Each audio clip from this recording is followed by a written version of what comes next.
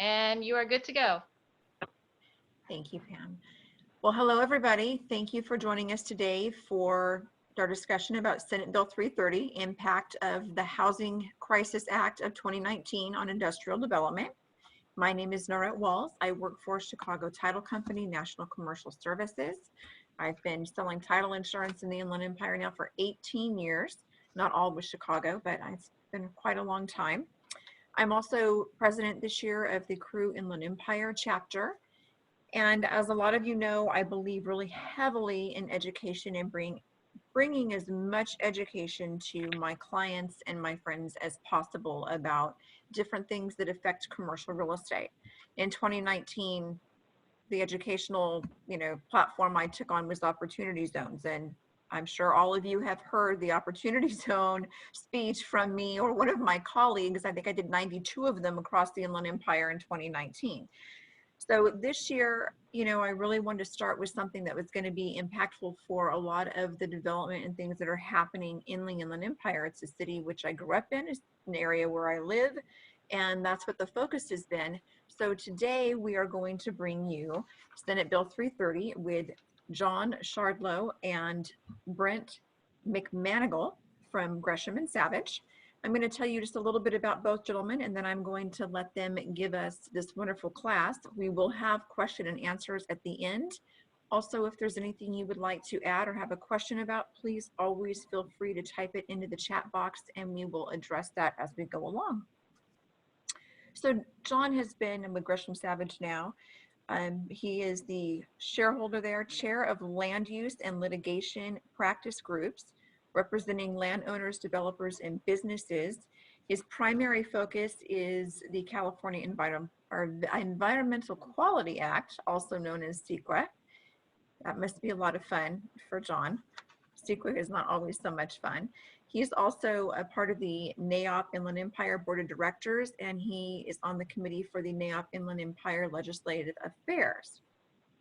Brent McManigal is also a shareholder with Gresham Savage. He counsels his clients through numerous local, state, and federal laws related to project management, permits, environmental compliance, including CEQA, Port of Cologne, and the Endangered Species Act. Brent is also a former city planner, so he definitely understands how those items relate to his clients as well.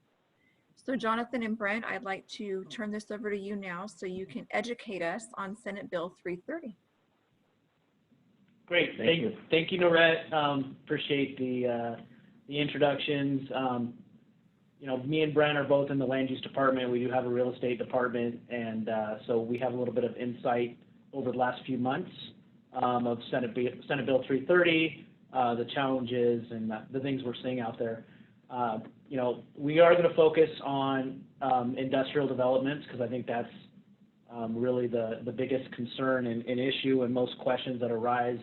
However, we will be hitting, the residential and retail portions of the bill and how it impacts those industries. I mean, at the end of the day, the bill was supposed to really be a housing bill, and what it really turned out to be was I guess I would say an anti-industrial retail bill. It just puts a big spoke in the tires of getting a project done. And as we all know, there's already 20 sticks in the spokes of the tires, and this is just another hurdle that we all have to get through. And then interesting, I mean, we were talking before about how, land use really hasn't stopped. I thought it would when the stay-at-home order came, but it's been interesting to see development still going on. You have a lot of responsive planners probably because they're worried about, their jobs. And so we've actually seen quite an uptick in moving projects along, although we have seen SB 330 rear its head, and we've had to address it in several land use matters. So just a little quick overview. There is actually a sunset on this bill, which is interesting, and so it's only applicable through 2025 and January 1st, 2025. So we're only at, we're probably 6 months in, so we only have 3.5 more years to go. Obviously, it could be extended, but I think there'll be some challenges, and I think this was kind of hastily put together, has some vague standards and is really kind of unworkable. So it'll be interesting to see what happens on January 1st, 2025, or actually before, because as we know, there's new rules and rules that exist getting repealed or modified. So stay tuned for that. So SB 330 does apply to all cities and counties in California. However, there is some provisions that only apply to affected cities. And a lot of municipalities are part of that bucket. Really, it's any jurisdiction that is, quote, urbanized. And so you have some, as an example, San Bernardino County is, quote, urbanized, but if you have a project out in Blythe, just because the entire San Bernardino County is urbanized, that project, although it's not in a urbanized section of the jurisdiction, it still comes under. So I think that was probably an unintended impact of the law, but the law is the law. We had an interesting circumstance come up where a housing project recently might be proposed in the March JPA jurisdiction, and the March JPA said, how do we deal with SB 330? And we said, well, you're not a city and you're not a county, so you're not an affected city. We don't think SB 330 applies. So I thought that was kind of interesting. You know, I think we can all recognize that California does have a housing problem. I don't think this really solves much of it, but we just have a stat here that California ranked 49 out of 50 states in housing units per capita. So while there is a housing shortage, you know, it remains to see whether SB 330 is helpful at all, and then to what extent, you know, it impacts other industries. So the purpose, or the stated purpose of the rule in the bill is really to take discretion away from municipalities and allow high-density projects to move forward without lead agencies being able to put too much burden on those projects.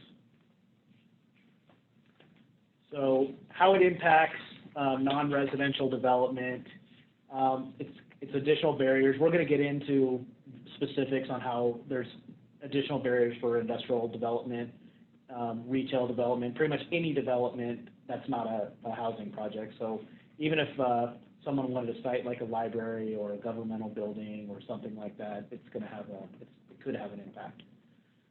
It makes it harder to site industrial facilities as well as retail. And, you know, it's our belief, because this is just another step that someone has to overcome, that it's just going to it's going to make future entitlements worth even more, because it's already so difficult, and this is just another hurdle. So for a developer that's willing to take on the risk and the time and, you know, solving yet another problem, we do think that existing entitlements will be worth, you know, more in the long run, at least for the short term when SB 330 is applicable. So just as background, it creates an application process for housing that's streamlined. Requires, you know, certain things to be moved forward quickly within a lead agency's planning department. It limits local government's ability to really have a say on some items, and it does not allow a county to reduce the intensity of a residential development. So if there's current zoning that allows, let's just say, high density 20 acres per, 20 units per acre, the city can't come in and say, you know, we only want 17 per acre for these following reasons. There's no what's not in the bill is there's no mandated upzoning. There's not a ministerial approval. You still have to comply with CEQA. You know, you can still have rent control ordinances, but basically any development standard that makes it more difficult for residential is something that SB 330 could get brought up in and be exempted from. So we'll just quickly highlight the residential portion and this new process that is hopefully meant to streamline the housing portion. So I'll turn it over to Brent, and I'll be back. Thank you, John, and everyone. as John said, the new bill has a preliminary application process for homes and housing development, primarily multifamily, and the goal of the bill is to promote and construct more housing units that the governor would like. So what they've tried to do is vet, not in the traditional sense, but when a developer for housing project, especially multifamily housing, submits a preliminary application, rather than in some cities they get a multifamily project, they'll try to change the rules, make it more difficult to get housing developed. The goal is to lock in those zoning codes and those requirements when the application is made. So they made a preliminary application process, and if you meet those preliminary applications requirement, then your application is deemed complete. But it's, in looking at it in practice, it just cements in the existing zoning. It's not making it easier to get a project in there. It's not relaxing any standards. It's just making it more difficult for the cities to change the playing field. Housing development still has to have your general site characteristics for parking, setbacks, density. They've got to have a planned project. You still have to comply with CEQA and any environmental concerns. If you're within the coastal zone, you still have to meet the Coastal Act. If you're demolishing units, you have to replace that same number of units. So it's meant to streamline, but in reality, I don't know how it will. I think in practice, as we start seeing cities implement, we may find out what it really means, but I think still we're seeing cities start to implement these processes, trying to figure out what does this mean, how do we accommodate residential development in jurisdictions that may not want any more. They don't want more multifamily, but now they're being forced to have them. So it locks in the standards, and we'll see how cities implement this as more projects try to take advantage of the streamlining process. The local governing body's role is really developers will submit their application. If it complies, then it's deemed complete. There's no more back and forth with the planners trying to make the better project or the perfect project. They're trying to just get them through the door and through the process. Some of the streamlined provisions, ultimately, you could get housing developments that are very controversial or in communities that don't want more housing, more multifamily, so they have limited the number of public hearings. So they can't have more than 5 public meetings or hearings in connection with a project approval. Where in reality, that's a lot of public hearings. If you have a project that you have 5 public meetings, I mean, typically you have 2. The Planning Commission, if you go to City Council, you've got another one, maybe a DRC, Design Review Committee. But they can't just continue the items forever. So that's one item that they need to try to figure out. Is 5 a magic number? To me, that seems like a lot of process and a lot of public hearings. Shortened time frames, you still have the Permit Streamlining Act, you still have to comply with CEQA, but they have to approve or disapprove the project within 90 days of the certification of an EIR. Typically, they happen the same day or the same night. There may be a delay to get to City Council, but I don't know that in practice we're going to see that greatest streamlining, but we have to get into the process, and I think it will limit the number of times a planning commissioner or staff member can make changes once they deem the application complete. You have to pay attention, and the city has limited amount that they can do for a historic site. So you still have some of the same limitations. Again, it's aimed to streamline, but in practice, we'll see what actually happens when cities are redeveloping an area and they determine that or want to tear down a building that's historic. It also, I think, well, an important item, it limits moratoriums and changes to development standards. So this will provide residential development some certainty that if they want to apply, there's no moratorium to go out and study what the community wants to see in that area. And they're not going to be able to change the development standards.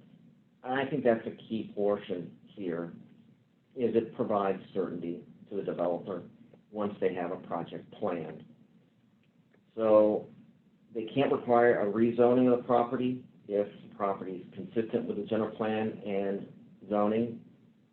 And they have to, they still have to comply with the objective standards of the zoning code, but I think it makes it more difficult for them to implement those objective standards if you're complying with zoning, and it just runs against the intent of this law to try to make some certainty and not have multiple hearings again.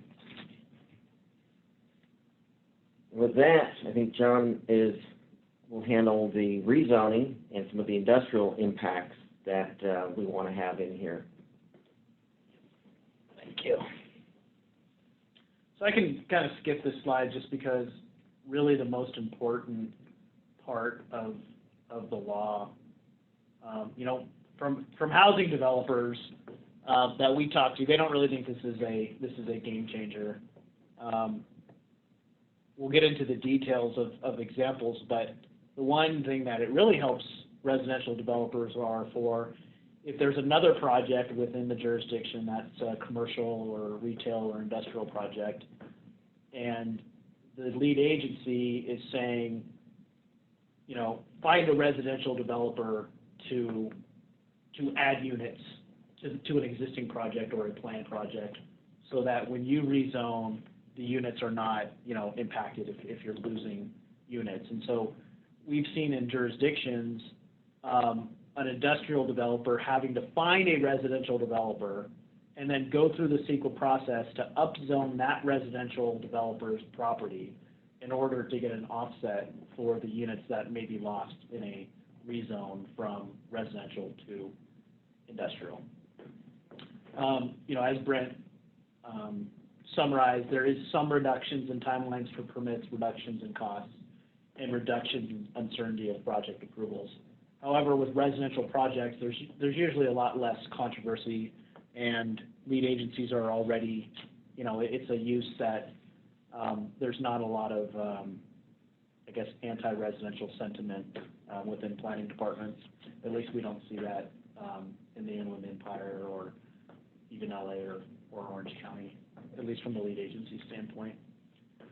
So the impact on commercial developers, industrial developers, increase in permitting timelines, increase in costs, and increase in barriers for development. So, you know, I just want to generally make a comment on an increase in permitting timelines. The agencies were not ready for SB 330. It didn't seem like it was on their radar. Everyone thought this was a housing bill. And so we've had projects, you know, ready to go. EIR's been out, public comment.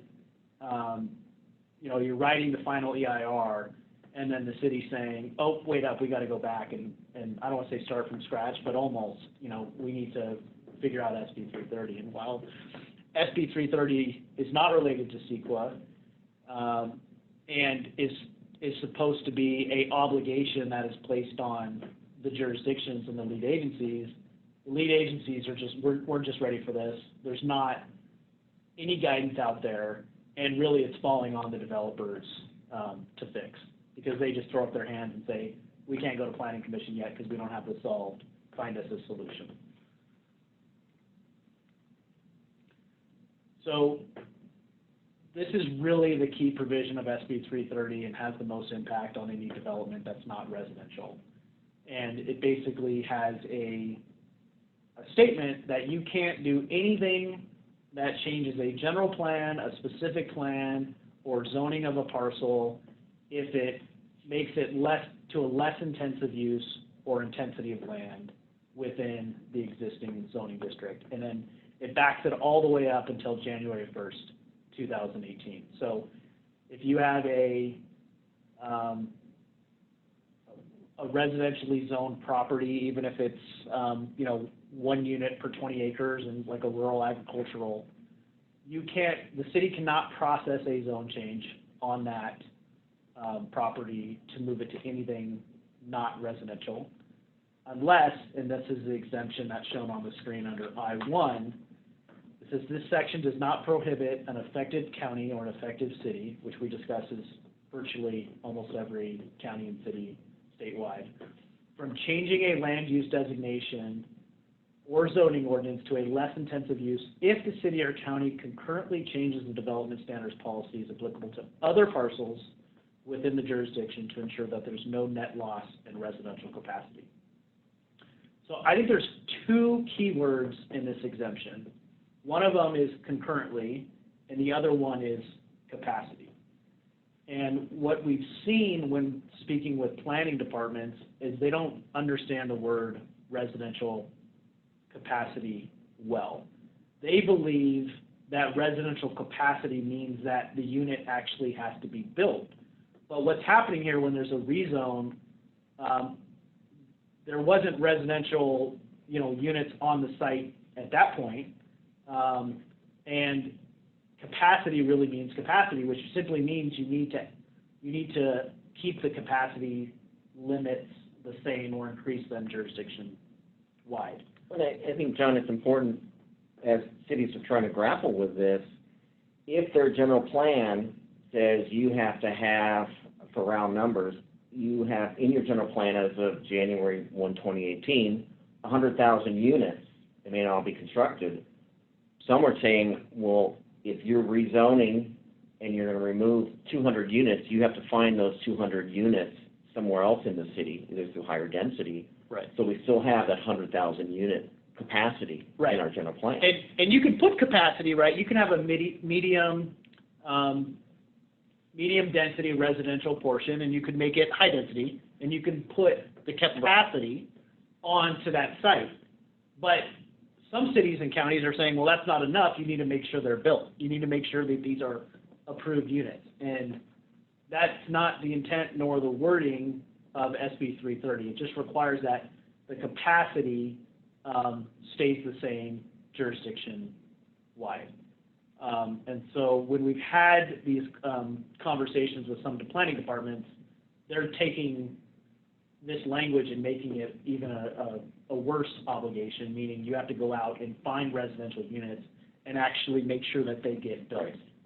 And when you do that, you're really coupling residential projects with non-residential projects, which then slow down, that actually is contrary to the streamlining provisions and the intent of the bill to get residential units built faster. It's actually sometimes making residential units have to slow down and catch up to concurrent industrial or retail commercial projects. So then, so capacity is an important word, and then concurrently is an important word, as we'll see. And you know, I have a good example of an unintended effect. I know a city that bought 10 acres to build affordable housing. However, when they went to start processing it, they realized it was in an ALEC zone, which is an airport land use zone, which you cannot build residential there. And so you have a residential zone property, but you can't build residential on. And that developer that's going to come along and buy it from the city now has to, you know, figure out the SB 330 resolution to build. And so, you know, there is some circumstances where residential capacity existed, but it's not real. It would never get built there. And there should be some type of exemption for that.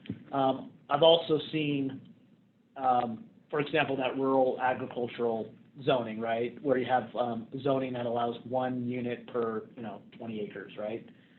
Maybe Beaumont or Banning or something like that. It's right off the freeway, and there's nothing there. There's been nothing there forever, and you have, like an In-N-Out Starbucks project that the city's, salivating for, and just because it has 1 unit, they got to figure out that SB 330 fix. And if that project really can't move forward unless, that capacity is added somewhere else. And so, you know, we've seen that example as well. So there seems to be not a lot of foresight in dealing with some of these circumstances that, you know, it clearly makes sense to, you know, to exempt something that impacts 1 unit or 3 units or 5 units, or land that just has other restrictions where residential capacity will just, you know, never come to bear for whatever reason. You know, I can think of another example of a residency zone property that's right next to a, you know, wastewater sewage plant or something like that, that, you know, in actuality, that residential capacity is never going to be built. And so when you have someone coming along to make good use of that land, they're having to jump through hoops to move residential capacity somewhere where that residential unit or units would never get built. And I think back to your point, is that this covers not just industrial or commercial development, but if a city wants to build a library or a school in a residential area, if that property has units on it, they have to find those replacement units. So it's across the board, and cities or special districts are realizing that is a problem too. Yeah. So the Ontario method is interesting. This language is actually from a CEQA document. They chose to analyze SB 330 in a CEQA document, which I think is unnecessary and will subject your project to increased scrutiny, or at least the SB 330 analysis to increased scrutiny. And so what they did in Ontario, this is a large industrial project, and they took existing general plan upzoning from 2019 and then kind of took credit for it and said it was in the bank. I think this is problematic for several reasons. One is it actually went back from January 1st, 2018, so they shouldn't be able to take credits for 2019. And then the concurrent language was clearly not done here. These units became available in 2019. So there wasn't some type of concurrency with respect to the residential project and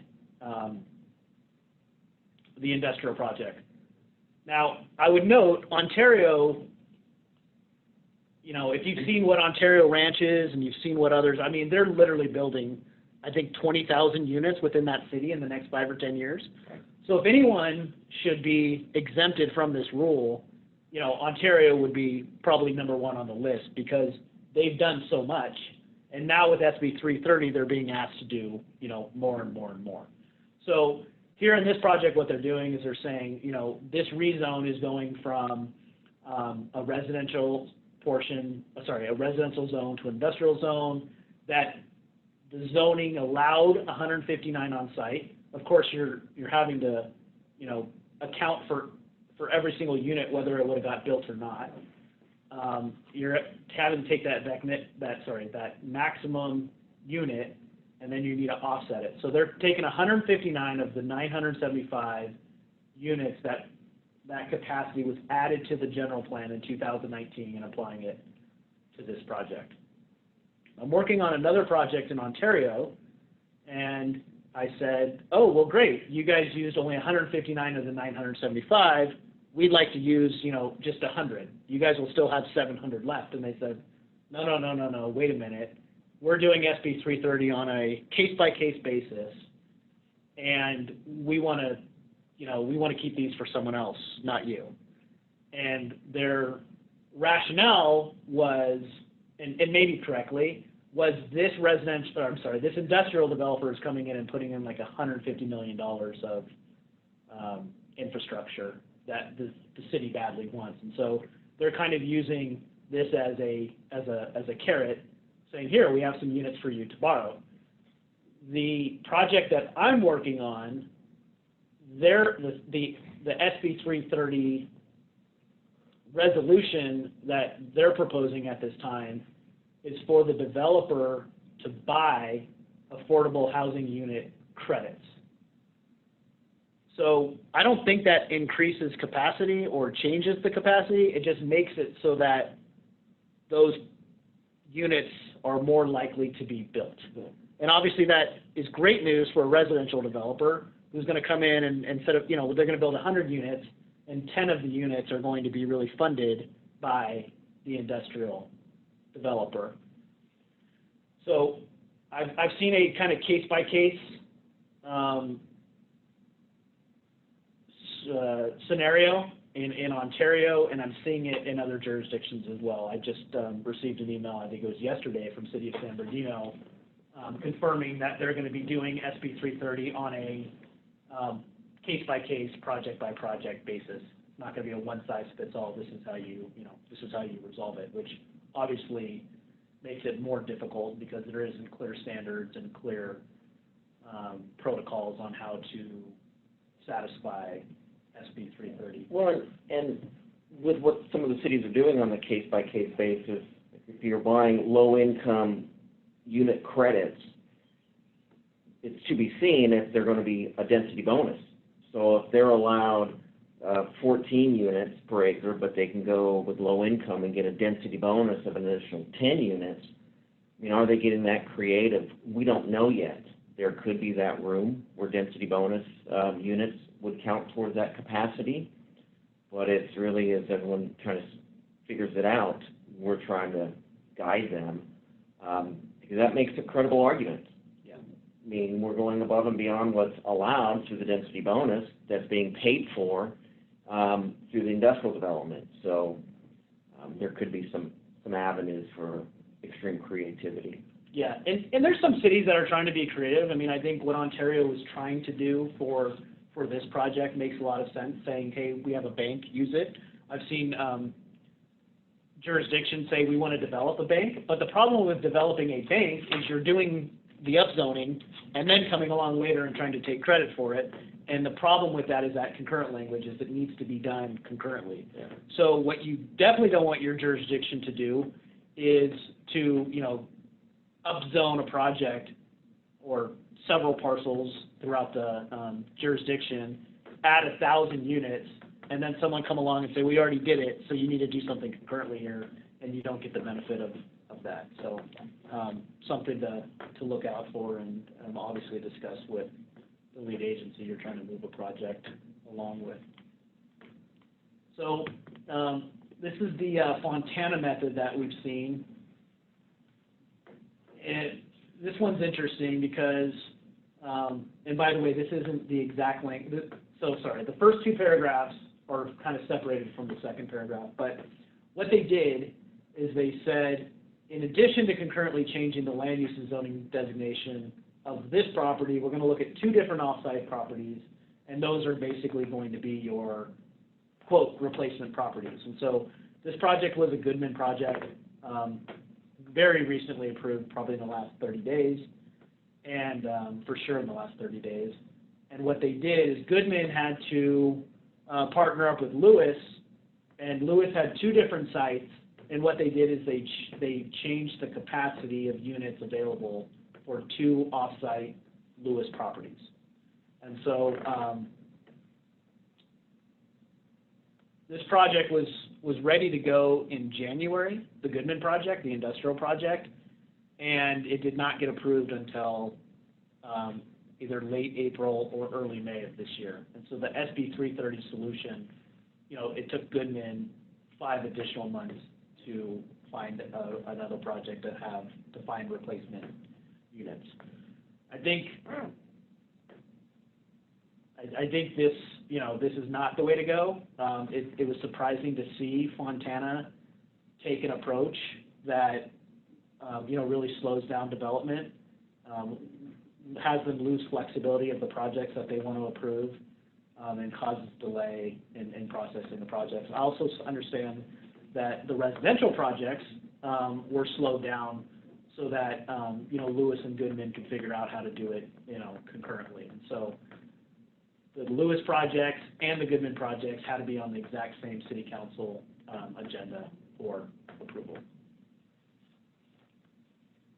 So the Moreno Valley method, I think, is the most streamlined and easiest method, makes the most sense. And what it does is anytime there's an industrial project or retail or commercial project that the city supports, and that requires a zone change that might impact residential capacity, those units are then, for lack of a better word, sprinkled onto medium density and high density parcels throughout the entire jurisdiction. So if you are allowed to build 10 units on per acre on a specific residential project, there's a density bonus that would be awarded concurrently with another project, meaning, let's just take, for example, a retail project, which if, let's say, you took 100 units away, you now have 30 units that would be given to another project that would be available, and it would be given in a density bonus of 1.3 units for land. So in the scenario I just said, instead of having 10 units, you could have 13 units. And so that way, the capacity stays the same. A lot of jurisdictions say, well, how do you know that those units will be built? But the word's capacity, and really that's all you're trying to do, and you never can guarantee that housing units are actually going to be developed. But I think this model fits what was in mind with the legislature to make higher density projects available.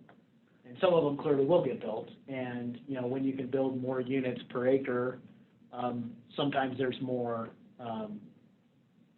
profit to be had, or they actually pencil. We've also seen though, and sometimes they don't pencil because you can't have a high density mixed use project in Beaumont, for example. You just never get your money back to have a 10-story high density unit, and so the law really doesn't account for LA versus Beaumont, or LA versus Joshua Tree, or whatever it might be. I'm working on a project in the town of Apple Valley. It's a medium density residential, and in their general plan, it's a density of 6 to 20 units per acre. And our project is proposing 8 units per acre, because that's what the market will bear, and the city wants 15 units per acre. And they want 3-story buildings, they want big apartment complexes. Well, that market doesn't bear it out there, so you're kind of caught in this conundrum of the developer can't get the return, even though it sounds great, but that's not what the market will bear. Yeah. So yeah, what you had was the whole RHNA, Regional Housing Needs Assessment, law in the state coming down hard on the jurisdictions, and so the jurisdictions went out during their last general plan update and tried to put as many residential overlays or zoning on property, and now when there's not a lot of commercial, retail, industrial left, and now cities are kind of stuck saying, well, now we want to move it back, but now we have to comply with SB 330, and so the Moreno Valley method makes a lot of sense. It just moves capacity when you take a non-residentially zoned property, residentially zoned property, move it to non-residential, and what you do is you simply move some of those units on to a already medium or high density parcel. When I was talking to Ontario, I mean, there's so many ways you could do it. Ontario is a big city in terms of geographics, meaning not population, but they said, well, we really don't want high density, too high, closer to the foothills, but maybe we would want higher density next to the train, right? They have 2 Metrolink stops, I think, and so when we were talking, what I was trying to get them to do was to have kind of like, well, within 1 mile of a Metrolink stop or a bus stop, then that's where the upzoning would occur. But it seems like they've gone a different route. But I just think the density bonus program for SB 330 makes a lot of sense. It meets the intent of the law, and it doesn't impact non-residential development more than it really should be.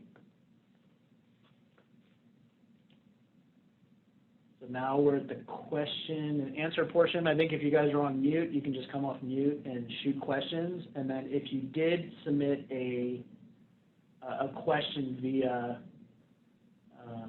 We do have some via the questions in chat the box. chat box. Are you able to view those So directly?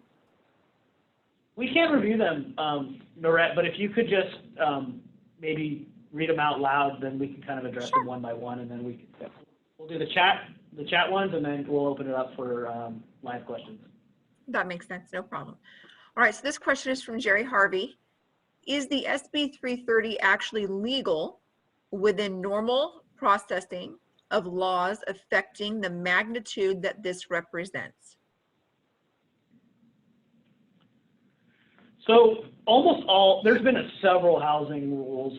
The local governments are kind of sick of it. They think that, you know, the state's taking away all their discretion, but at the end of the day, the state has the power and has delegated a lot of their zoning powers to the localities. And so, you know, this is similar to the accessory dwelling unit law that, you know, every city basically has to have one. They have to be allowed. I think I saw a news article saying the end of single family zoning, which is correct.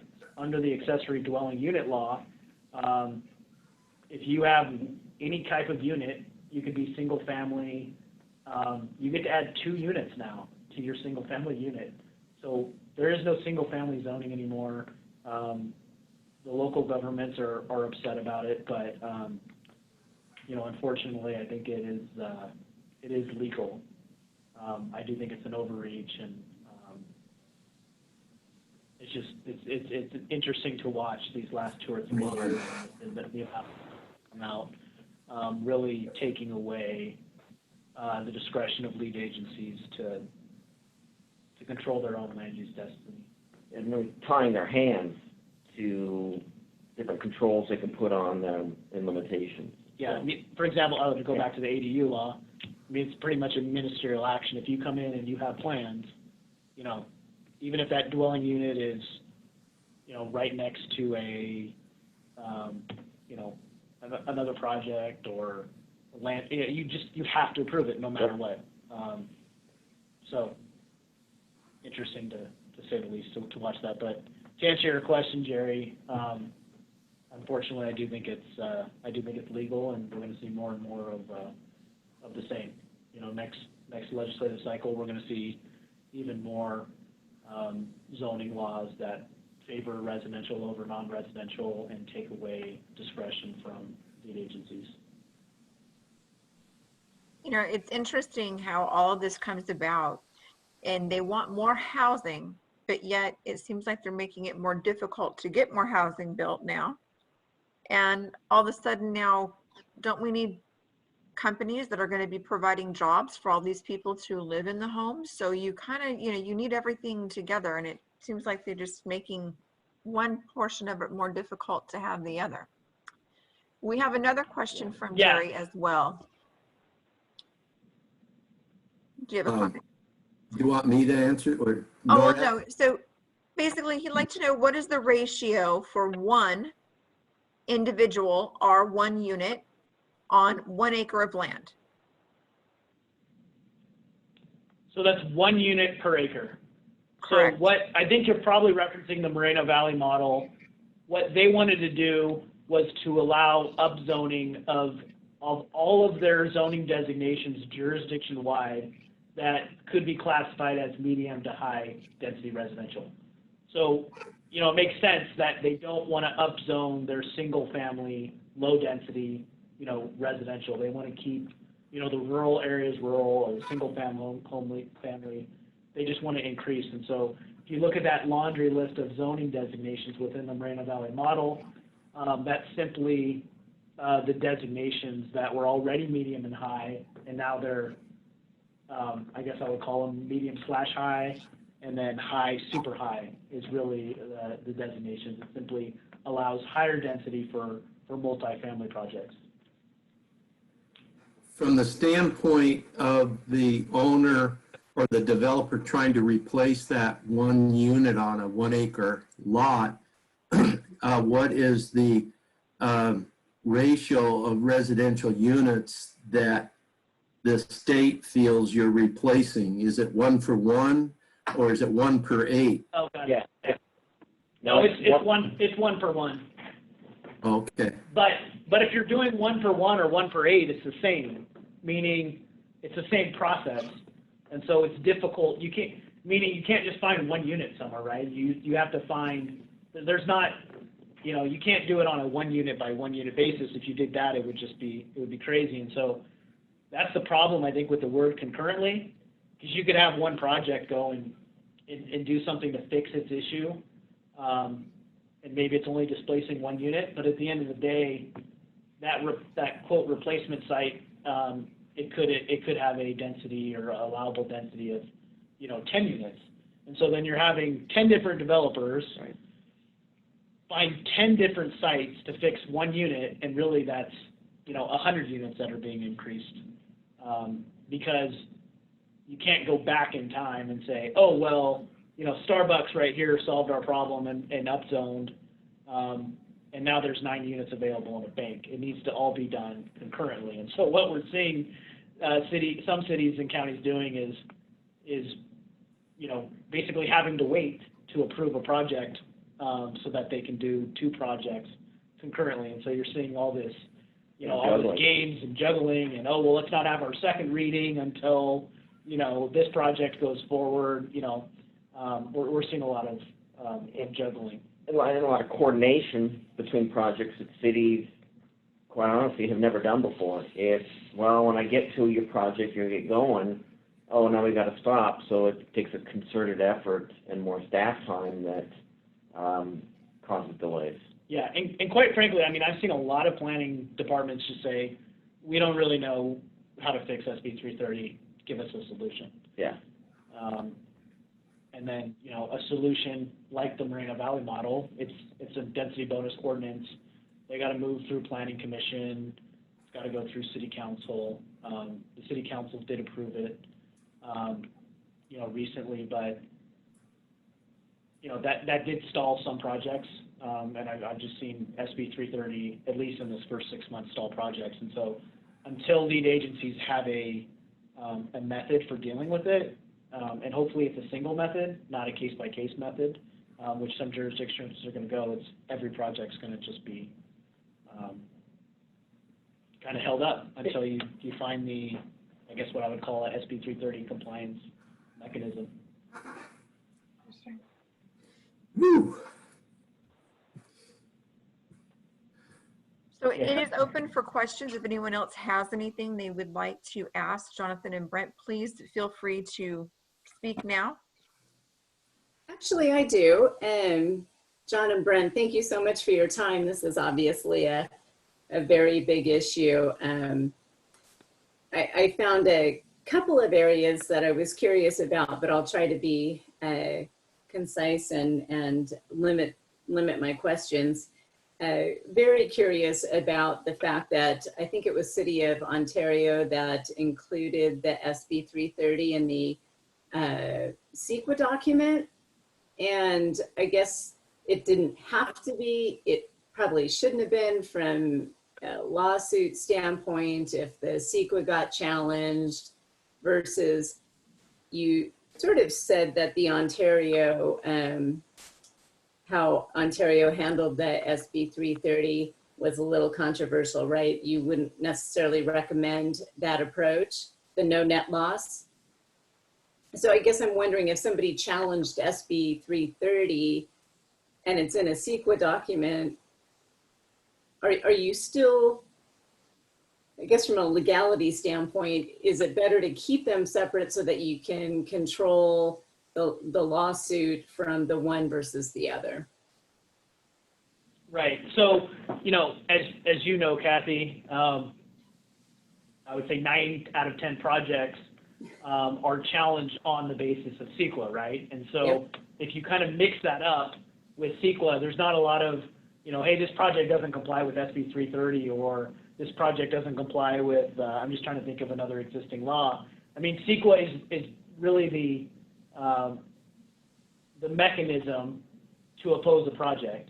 And opponents will use everything they can, meaning that there might be an opponent that has a valid noise issue, right? But they don't just challenge it on the noise impact analysis. They challenge it on, air, energy, GHG. I mean, it's pretty much a kitchen sink approach. And so when you put a non-CEQA issue into, probably they would put it in the population and housing section, some project petitioner is gonna, glob onto that and say, look, the CEQA document doesn't comply with SB 330.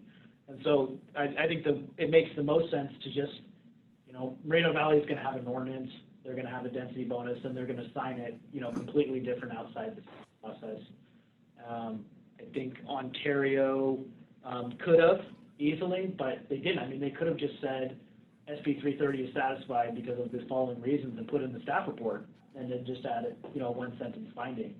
So I definitely think, the more you add a non-CEQA topic to a CEQA document, you're just opening yourself up and saying, you're putting a red flag on an issue that you really don't need to. Agreed. I guess, and then just one last thing then, who's the final authority? If I have a project in Ontario and they've determined that they've satisfied SB 330, City Council approves the project, and I start developing, somebody can obviously come and challenge that, correct? Well, that's a good point. I mean, I don't think they thought that through. So there isn't a private attorney general action clause per se, like there is in CEQA, saying, this person has standing.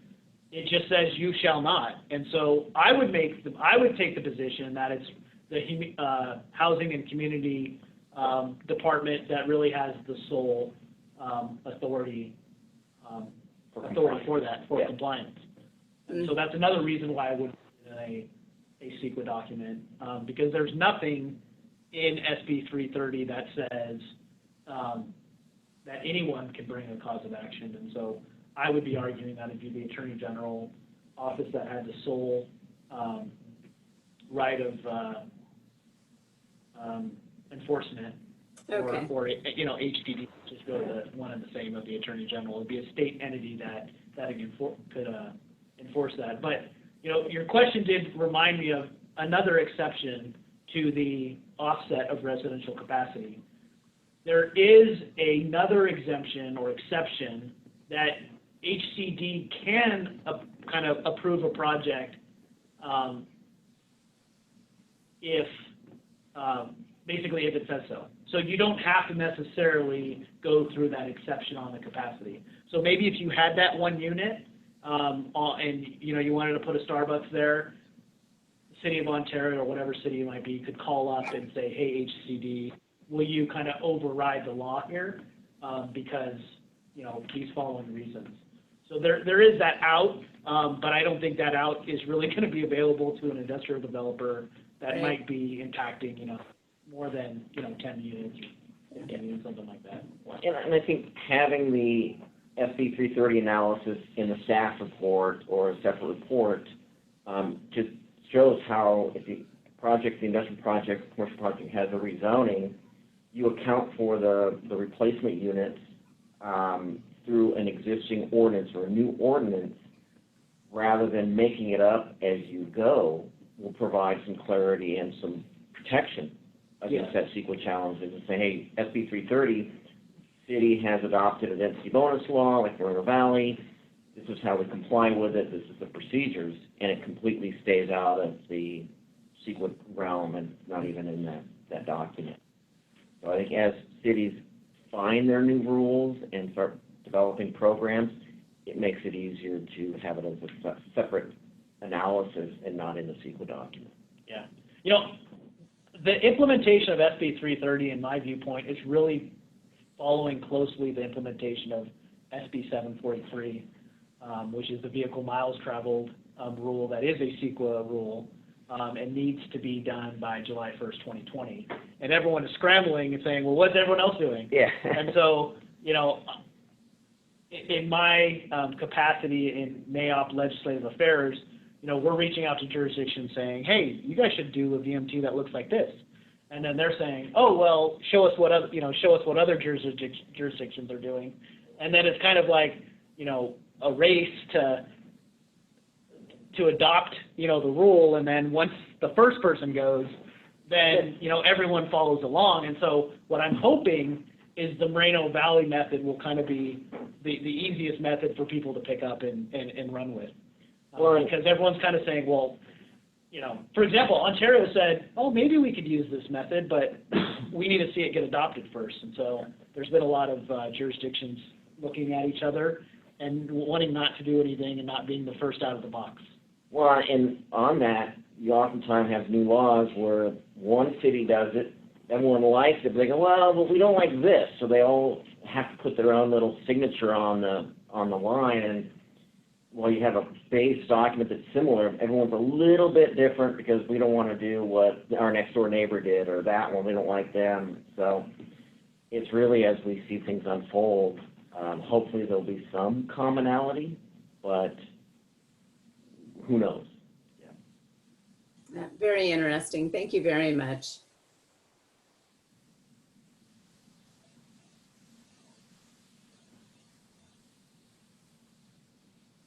Well, do not hesitate to contact us with any, further questions or, obviously it's a small world, and to the extent there's a big development or a new city adopting a different approach or, having a specific ordinance, we'll definitely be trying to share that with everybody, and we hope that anyone else that comes along with SB 330 updates can give us a status update as well. Great.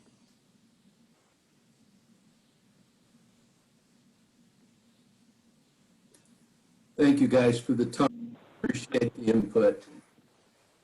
Thank you. I think, NoRhett, you're on mute, I think. No?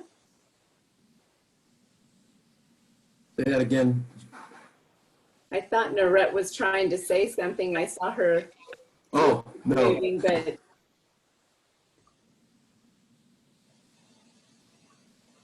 No more to say. Is your phone still connected to the meeting? No, not the phone, just the computer. Yeah, I think NoRhett's trying to speak, but her audio's not working. coming You through. want to type but, it in the chat, NoRhett?